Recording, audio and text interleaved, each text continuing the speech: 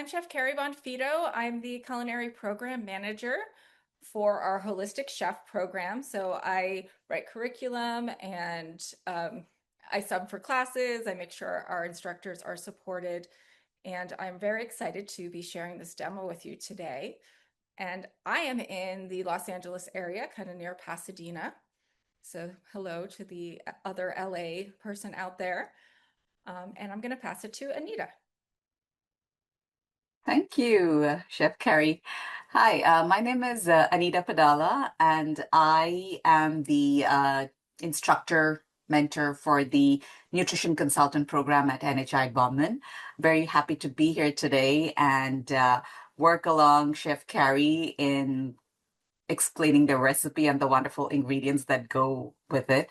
I live in Dual, which is about 45 minutes away from Seattle City in Washington State. All right, so we are are we at the end of summer? I think September 27th is the end of summer, but we're definitely in zucchini season. And so I love to do recipes with zucchini because they're wonderful kind of non-reactive food for a lot of people. And so this recipe, I'm pairing zucchini with summer corn, fresh summer corn. And this is something we love to kind of make a recipe that is nightshade free because we do have a lot of clients and people that we cook for that may be having issues with nightshades. And Anita, tell us a little bit more about nightshades and why we want to do that.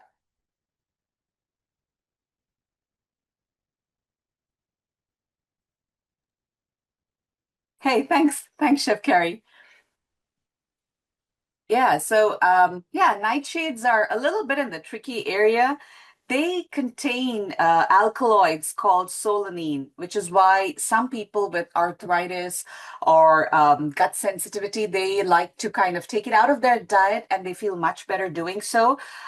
Sweet potatoes, black pepper, and zucchini are not nightshades, but sometimes people kind of get confused and think that they are, but they're not nightshades. So the typical nightshades are tomatoes, potatoes, eggplant, peppers, all chilies, paprika and cayenne included, tomatillos, and goji berries. So these come under the nightshade category.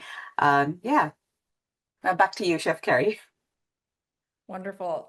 All right, well, so I'm going to show you what I'm going to do with this zucchini. So I'm going to flip my camera so that you can see my hands.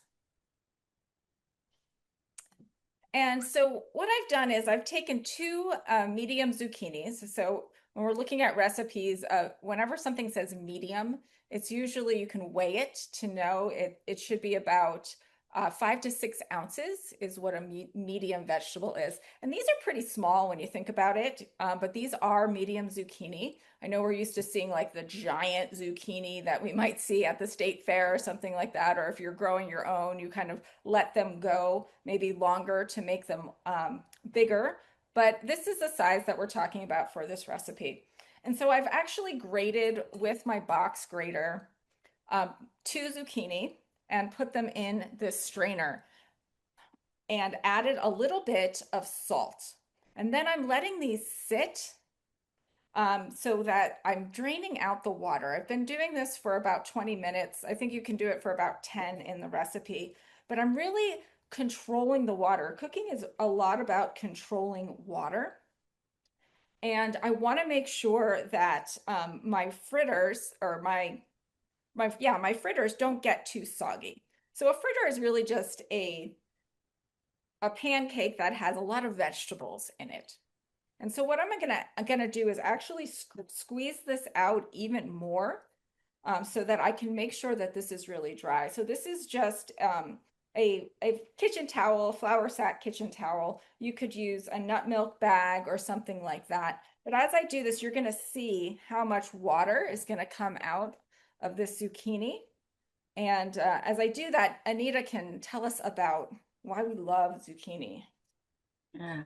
Yeah, I love zucchinis too. They look so refreshing. I love that shade of green looks so summery. So zucchini is, like Chef Carrie said, it contains a lot of water, about 94%. So it's really hydrating and easy on digestion.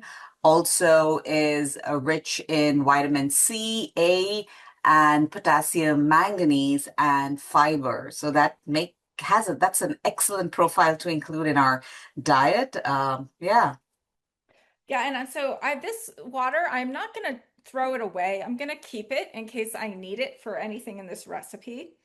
But I am going to take my zucchini, I'm going to put it in a bowl. And really don't skip this step. It's a really important step when you're working with zucchini or if you're working with cucumber or spinach that you might be adding to something that you want to be crisp. All right, so I've got my zucchini ready to go.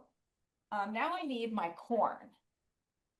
So what I've done with my corn is, so this is, fresh corn and it has the silk in it. So I love using the fresh corn.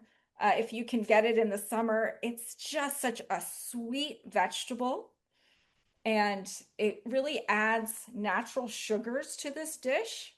And it's going to give us a little bit of crunch as well as a little bit of starch to help bind this recipe. So in cutting this, you can see all of the little hairs that I'm trying to pull off. This is the silk, and we don't really want to eat those. Although they don't taste bad, they just kind of get stuck in your teeth, so you want to get rid of them. And then I have a bowl here. So I've inverted this small bowl into another bowl. And this will help me to catch the corn so it doesn't get all over the place. And I'm just going to really slice down and let it fall into the bowl, hopefully into the bowl. And that's really how you are going to be handling your corn. You could also use frozen corn if you want to skip this step. But this season, the corn is so delicious right now. And I think really in August is the best time for corn. What are the other benefits of corn, Anita, or how should we select it? Yeah. So I think corn is, again, it's one of those foods, if not organic. Most often we find genetically modified corn, which is not good for us. So like Chef Carrie said, picking fresh, seasonal, organic is the route to go. And this month is excellent to pick corn for our cooking. It is high in natural sugars. They're intact when fresh, so there's no need to add more sugar. It gives us a lot of B vitamins, so that's great. Fiber, it's high in fiber, magnesium plus lutein and zeaxanthin for eye health. So that's about corn, and I love that it's doing the triple shift here, adding the crunch, the sweetness, and nutrition all in one.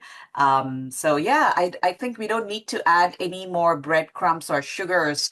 Things like that are not required when you use corn. Yeah. Wonderful. I do think it's really delicious. And so we've got our zucchini, which is pretty mild in flavor. So it's nice to add some other things that are going to really make this pop. And one of those things is an allium. So this is actually a green onion or scallion. I'm going to use that as well as I'm going to chop up some beautiful parsley. This is flat leaf parsley or Italian parsley. It's a little bit more robust in flavor than the curly parsley, but you could use them interchangeably. This is going to have a little bit more nutrients because it has um, more of the parsley oils in it. And then I'm also going to chop just a little bit of dill. I love just the kind of featheriness of the dill. And these three things are really found in, oh, my camera is going. There we go. Are really found in like a ranch dressing. So this is kind of something that we know people like these flavor combinations. So I'm going to add them here to this recipe. And Anita, you can tell us about these. What do you know about these herbs? Yeah, sure. Yeah, fresh herbs. Wow, they look so refreshing. Parsley, dill, and chives. I think they're really a very underrated superfood. Huge on antioxidants. Parsley, I would give it for vitamin K and C, and dill for its anti-inflammatory properties and digestion support. Chives for immune health and heart health. Yeah, And beautiful. And I always, these are herbs are leafy greens, right? We talk about adding leafy greens to our diet. And I think sometimes people forget how we can use herbs as as part of that, those leafy greens that we're adding. So they're a way to add vegetables to people that might not think they don't like vegetables, but I think the herbs, they like flavor. And so this yeah. is adding a lot of flavor. I'm just going to shave these down to leave the bigger stems intact.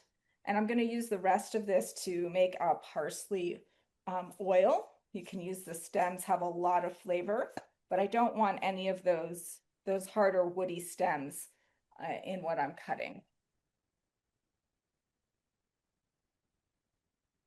So we're really going to just be chopping this down, and we can do it all together. So we are going to really look for about a quarter of a cup, and this is going to mince down pretty finely and then just be incorporated as that flavor component. That one's nice. What else do you do? You like dill? Some people don't really like dill all that much. I think it can be an acquired taste. Yeah, it has a strong flavor. Dill has a strong flavor, and I also use dill to make fritters, not these kind of fritters, but a different kind. And my family did not like dill earlier, but once I incorporated it into using it in fritters, they started enjoying the flavor. So I think you have to kind of acquire a taste for it. Yeah, and some cultures really are heavier on the dill than others. I know that a lot of like Russian cuisine will really use a lot of dill. Yeah, So some people might grow up on dill, and for some people it might be a new thing. I think dill yeah. pickles are something that people really have experienced dill with before. Yes. I did experiment once. I threw some dill that I had in the fridge. It was extra dill that I had after I used it for a recipe, and I didn't want to throw it away. So I used it in a soup, a lentil soup, and it was good. I didn't expect it. It was an experiment, but it turned out well. I love that, just to use what you've got and to experiment with the flavors. I did that with I just have a memory of the first time I ever put mint into eggs. And Mm, I was just like, this is the most incredible thing. I love it. And now it's kind of like an everyday for me, just adding a little bit of mint to my eggs. your scrambled eggs, you scramble them and put them on top, or how do you do it? Yes, just I'll scramble the eggs, throw the mint in, and then cook them. Wow. Okay, I might should try that. They're delicious. All I'm right, so sure we'll it smells, your kitchen smells very refreshing now with all those herbs being chopped. it really does. You can really smell this. And so I'm going to see how we do.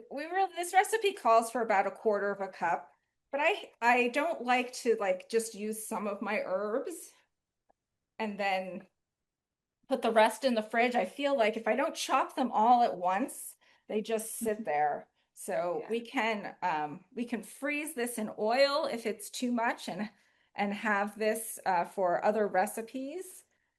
Ah. But it's going to we want a packed cup here. So that's about a packed quarter cup. So I'm going to add that to my bowl and then I'm going to clean up my board. I didn't know that you could freeze herbs in oil and that kind of retains the flavor, I suppose. Yes, that's so if you just kind of put them in ice cube trays in a little bit of olive oil and then you can freeze them and pop them out, and you can just kind of pop that into the pan. My camera Wow. off again. Here we go. You can pop that into your pan and just use that to saute whatever you need. Awesome. Learned something new today. Wonderful. I love it when we learn new things. All right, so I'm going to clean up my board a little bit. Like working cleanly is one of the things we try to help people do. Can be a little bit of a meditation when we have to slow down and clean, but cleaning and cooking kind of go hand in hand. All right. So we've got most of our ingredients here. We've got a few more things. So I mentioned those eggs. So I'm going to put in 2 eggs, and this is going to help bind these together. And I'm just going to scramble them before I put them in here.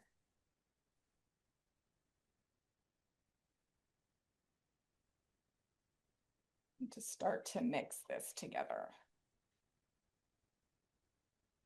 All right, so much vegetable in here, right? Look at how Yeah. nutritious this is, how colorful with those yellows and the greens.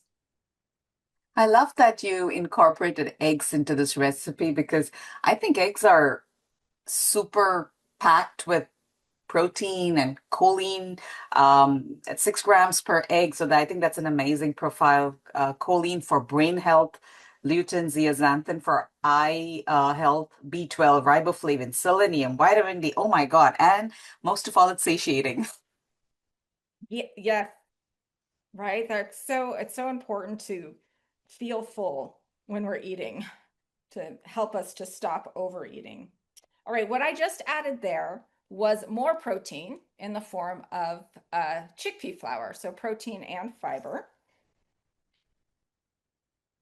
And it's a This is nice great. binder. Do you use chickpea flour in your cooking?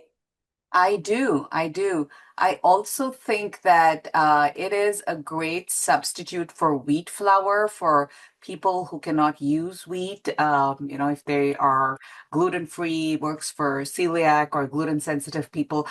So I love that kind of a swap that's possible with chickpea flour. And like you said, amazing protein profile, twice the amount of wheat, high in iron, folate, and fiber, and it helps bind beautifully, which is what we're doing there. Right. Did you see that? How it just got so much stickier just from Mhm. that little bit of flour? That was about a half cup. Yeah. I'm going to add 2 more spices. So this is cumin and coriander. Wow. I love spices. I love using spices in my cooking as well. We tend to overlook the amount of flavor and nutrition spices add. I think great for antioxidants, especially. And then this is just a little bit of baking soda. This is going to help these stay light and not be quite as dense when you bite into them. Yeah. This is an optional ingredient, but I think it does make a difference in the texture, and it can make a little bit of a help to get that crispness on the outside a little bit more easily. All right, last thing I'm going to add is actually um, the zest of this lemon. This is a gigantic lemon. I actually have a lemon tree here in my backyard. I am in California, so I'm not going to use quite this whole lemon. It can get a little bit overpowering, but the zest is so nutritious. Tell us about the zest. Yes, yeah. I think zest carries limonene, which is more vitamin C and flavonoids than the juice. The acid in there helps the body absorb the iron that we are getting from other ingredients. And I think it's best to always use organic if you're using the zest because we're eating the peel. And it's great that you have a lemon tree. I love my lemon tree. It's one of those reasons I think I can never move. I'm locked in. All right, so this is everything for our fritters. I'm going to now just heat up a cast iron skillet. Bring that over here so everybody can see it.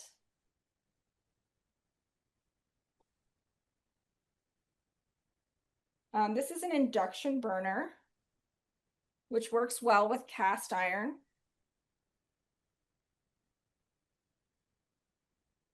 And so this is going to give us, this is a seasoned cast iron, which means that it's been used many times and it has layers of oil and fat built up on it. So it's a naturally non-stick surface. And induction heats very quickly, which is really wonderful because there's magnets in there that, so there's no heat loss into the air. It's only going directly into the pan. Chefs have to get used to cooking with induction, especially chefs that are working in homes, because where there's regulations going into many states that you can't put natural gas in because of the respiratory illnesses that they've linked it to. All right, I'm going to turn this up just a little more. I'm going to heat this up, and then I will be using a little bit of olive oil that I'm going to be putting in the pan. But while that's heating, I'm going to kind of make a couple of fritters, so I've got them all ready to go.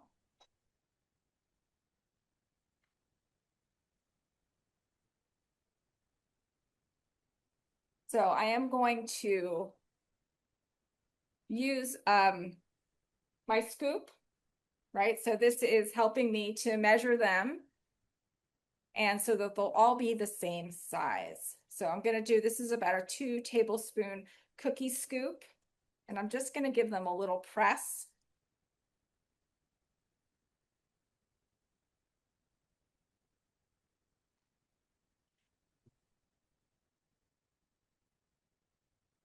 And if this is too wet as you're working with it, if you're finding that it's too wet, then you can add more of that chickpea flour. I think I'm just going to do maybe 4 or 5, and we can do the rest while we're talking about the differences in the chef program and the nutrition consultant program. Right. All right, so waiting for the pan to get hot before you add the oil is super important. The heat of the pan, it needs to swell up so that the oil doesn't go into the grooves of the pan. There we go.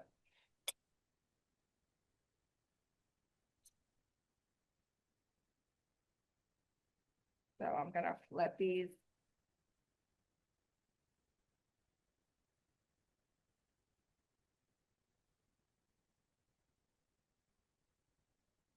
All right. I'm gonna just do those 4 for us for now.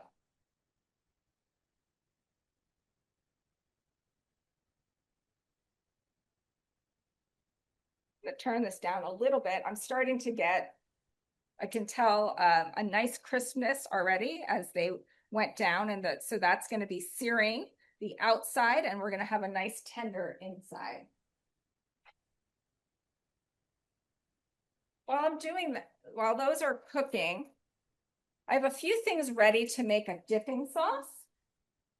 So I have a little bit of yogurt here. This is just Greek yogurt, but you could do dairy-free, and you could do like a cashew cream. You could also do a coconut yogurt that's made with coconut milk. But yeah, I'm going to add a little bit of garlic that has been soaking in lemon juice. I don't know if you could see that. It looks really bright, but this is soaking in lemon juice, and this gets rid of some of that sharpness that gives you that garlic breath. All right, let me flip these guys.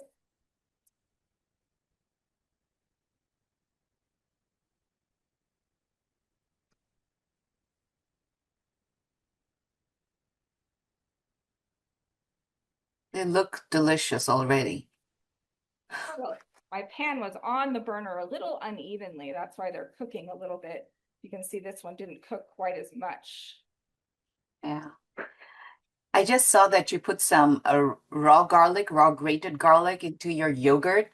I feel garlic is one of the it's a superfood according to me because it comes from this allium family, a sulfur rich. It has this sulfur rich compound, and it really helps with blood pressure regulation, helps with cholesterol, helps with immune support, antioxidants, and it has antimicrobial properties. And sometimes people find it hard to eat. I love it that you're making a dip out of it, raw garlic. So it's amazing that, it's making the recipe so much more flavorful and yet gives us all those benefits. It I love the benefits of garlic as well. And crushing it like that also helps it to increase the nutritional value. So as it is sitting there, it's developing enzymes. And so it's important to do your garlic early. This is just some more of those herbs, that parsley and the dill, a little bit of lemon zest, a little bit of pepper, a little bit of olive oil, and then I'm going to add a little bit of salt to this as well. And then you just stir it up and you've got this wonderful dipping sauce.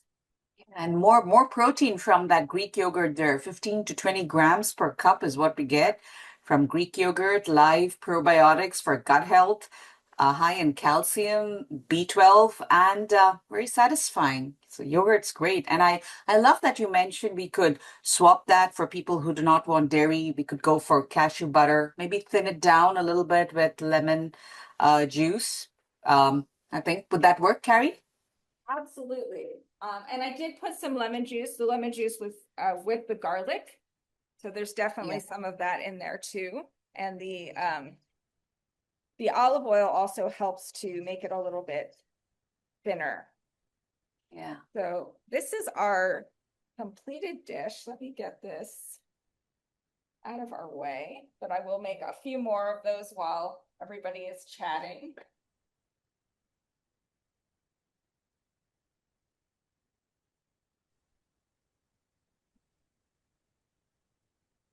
Right. So this is, try one of these for you, but you can see these are a little bit dark. As the pan regulates a little bit more, you'll get a nicer crisp on them. But we've got that beautiful corn, and the corn is so tender and sweet already that you really don't need to cook it for very long. I was actually eating some of it raw, which is something you don't think about um, doing with corn necessarily, but the cook time on it is very, very short. Even when you're doing like your corn on the cob, it's really like a 3-minute cook on those cobs. More than that, it's going to sog up and not be as wonderful. So I'm excited about this. I'm remembering those wonderful spices I put in there.